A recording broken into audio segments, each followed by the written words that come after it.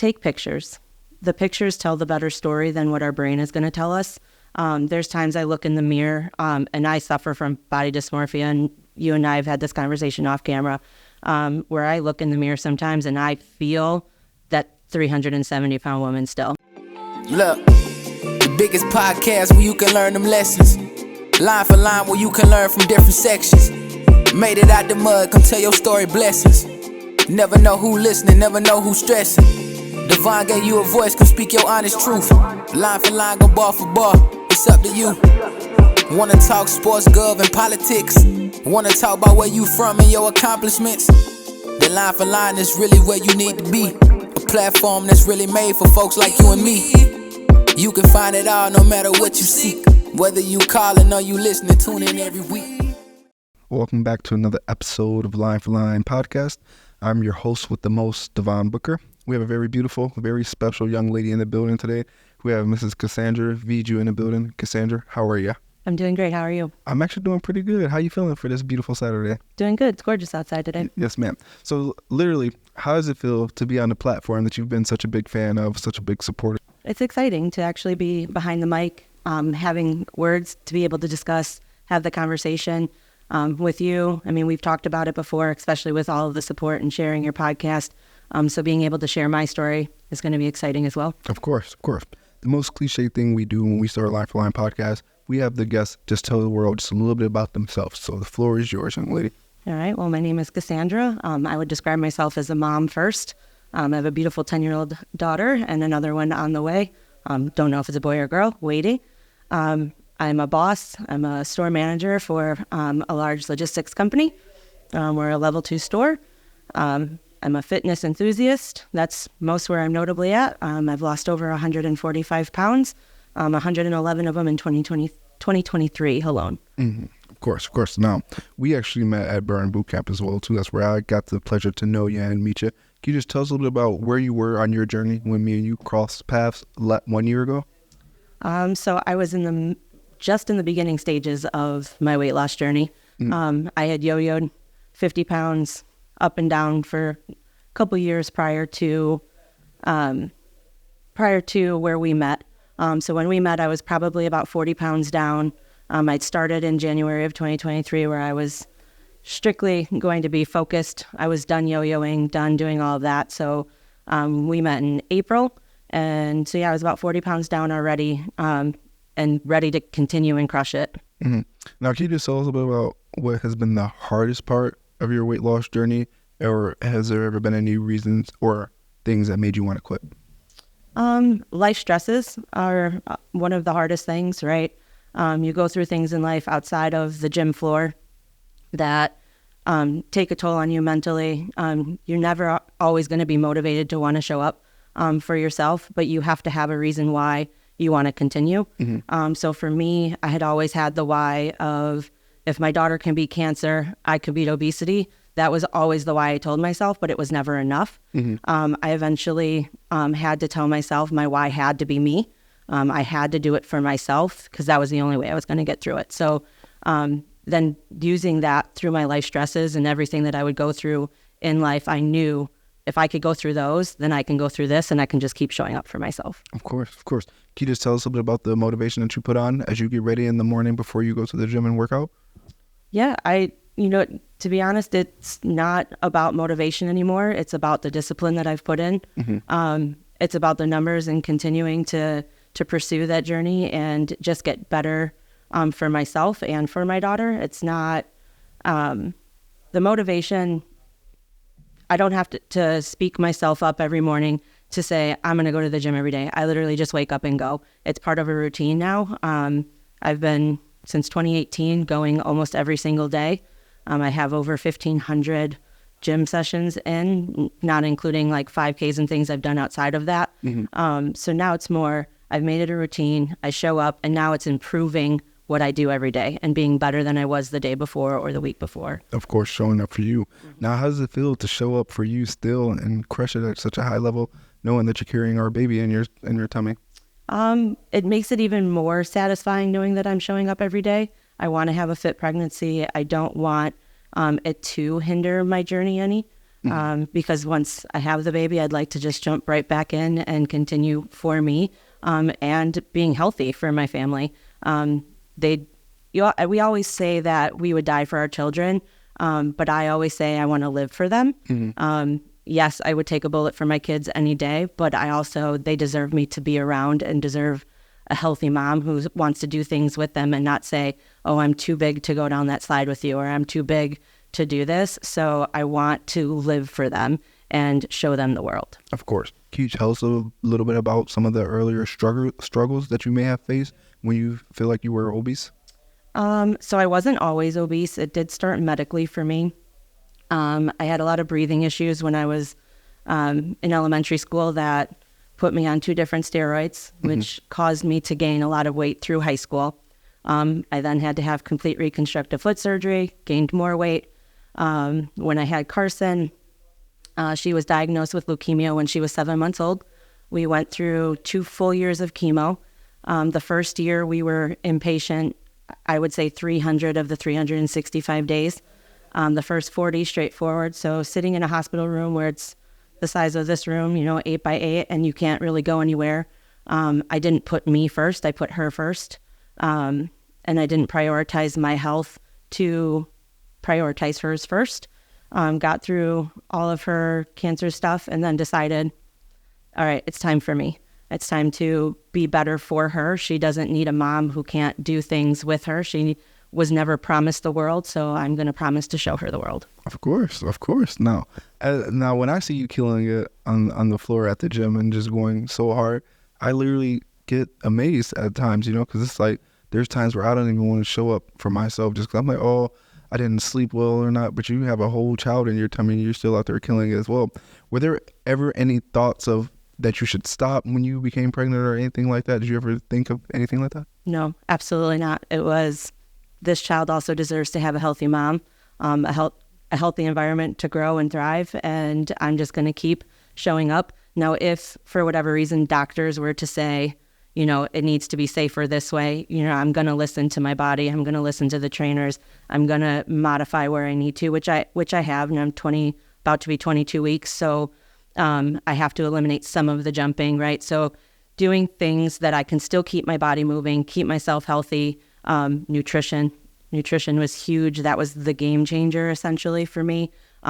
Fitness was always there. I had worked out religiously, but I yo-yoed those 50 pounds because I didn't have nutrition. So putting all of that together, there's not a doubt that I wasn't going to just keep showing up every day to make sure that this one also has that same healthy life. Of course.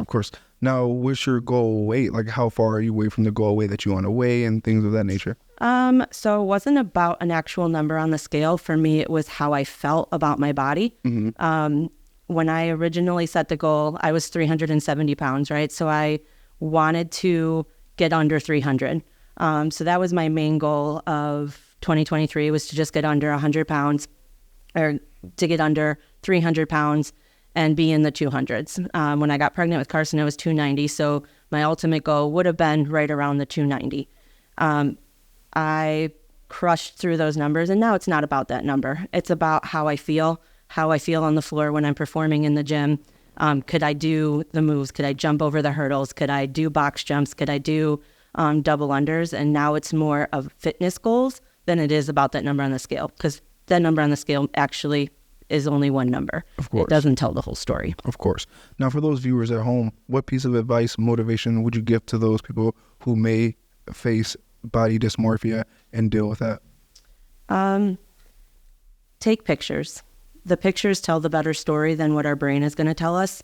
There's times I look in the mirror, and I suffer from body dysmorphia, and you and I have had this conversation off camera, where I look in the mirror sometimes and I feel that 370-pound woman still. I don't see myself as somebody who's in my 240s now and feel as beautiful as I was. I put on some outfits and I'm like, oh God, this looks terrible on me. And I'm doing 3-4 wardrobe changes just to feel comfortable.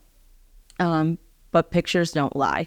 So sometimes going through and looking through the photos of my journey from where I started to where I am now, and seeing how much, not only that I've changed physically, but also how much I've changed mentally. In the beginning, I journaled everything. I wrote, at the end of every day, I wrote down how I felt, how food made me feel, what I was going through in life. And knowing that I went through so many things, that actually helps me with the body dysmorphia, because then I can look at myself and go, you know what? It doesn't matter what I see in the mirror. It's who I'm projecting when I'm showing up for my family and for my friends. Of course, yeah, body dysmorphia is definitely something that I battle with as well too. And now, even with me being a trainer, being certified, I feel like sometimes it amplifies my thoughts when it comes to body dysmorphia, because there's times where I'm like, I just don't feel good. Like I feel like I've gained weight, even though I didn't gain weight. I just feel like I gained weight. But then out of nowhere, I'll run into someone, dude, you look great. And it's just like, I'm sitting here feeling down this whole time, that I have someone else who's seen me and seen my progress, and they're like, dude, you look great, XYZ. It's just so refreshing to know that other people help you along your journey as well too. And I'm pretty sure you can speak on having people that support you as well. Oh, absolutely. Having the community behind you, and having friends that support you 100% make the difference. But you also have to find what works for you, right? Burn Boot Camp isn't necessarily going to work for everybody. Yoga may work for some people's bodies. You have to find what you love and turn that love into that discipline. And that's where you're going to show up for yourself every day. It doesn't have to be a high intensity interval training workout every day. You just have to show up with what you're passionate about. How do you feel like, we're going to go back to the body dysmorphia, that now that you are a trainer, you suffer through that. How do you feel you're going to be able to connect that with some of the clients that you're going to take on? The main part is being able to show them that I'm a imperfect human being just as much as them, and we're all here to accomplish the same goal. Just because I'm in a position to train you doesn't mean that there are still things that I'm working on for myself as well. Because there's times where I'm like, well, what does an actual trainer look like? Do you have to be this shredded trainer with veins popping out of your neck, abdomen on top of abdomen? Is that what you have to look like? Or is it, do you have to know how to get through the workout, be able to motivate people through the workout, and know what you're doing and what you're talking about as well?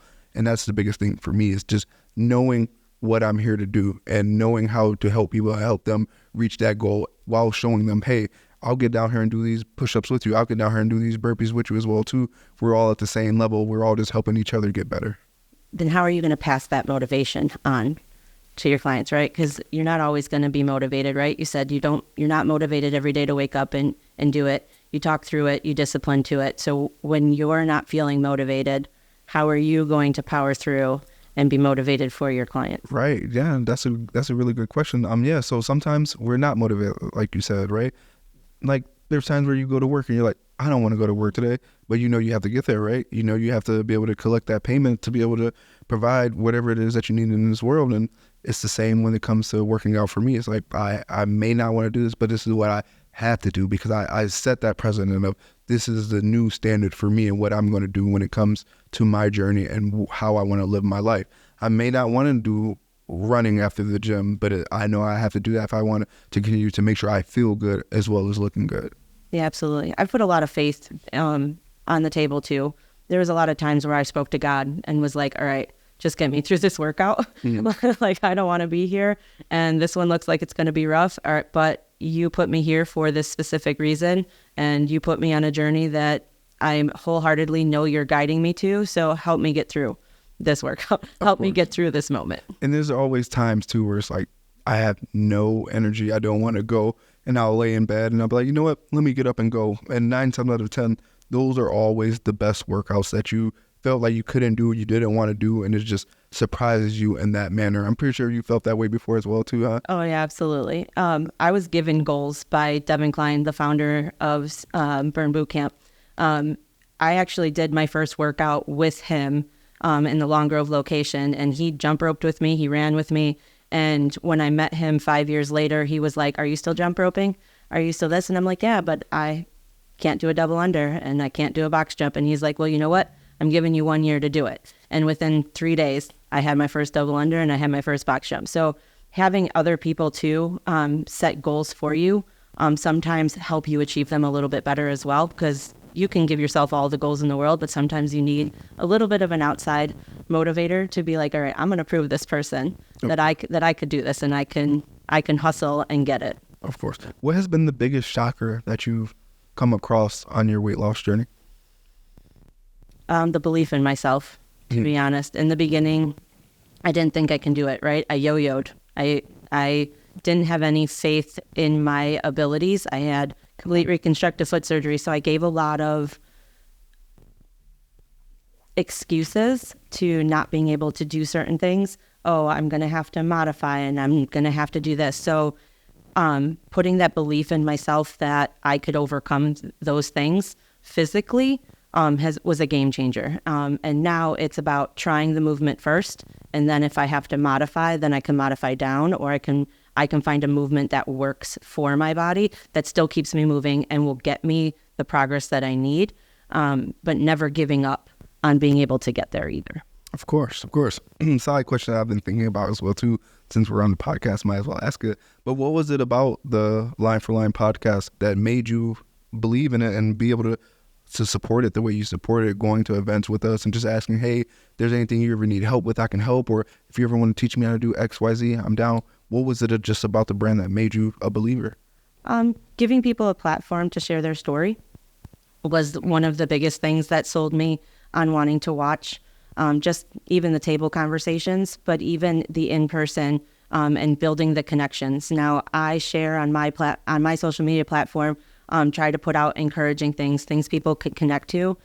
So being able to sit down and have a way to get your story off, right? That's sometimes relieves a little bit of pressure on yourself too, being able to share your story in a safe space, and then watching you connect with people from all walks of life, right? Like you do major athletes and you've been at sporting events, and then you've done just basic me, right? For instance, having me here, and I wouldn't say I'm not a nobody, because I am a somebody to somebody.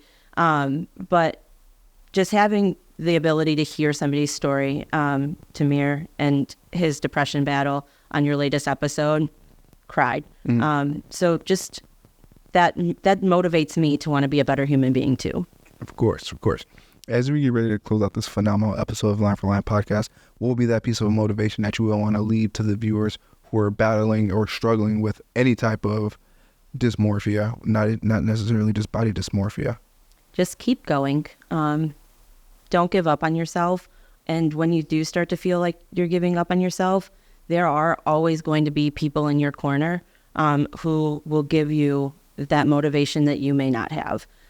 So turn to the people that you love the most, turn to the people who support you the most, and they're going to get you through it. But just whatever you do, keep moving. Of course. Ladies and gentlemen, that's been CaSandra. I'm your host with the most, Devon Booker. That's been another episode of Line for Line podcast. You calling or you listening, tune in every week. Line for line. Oh yeah, I'm going line for line.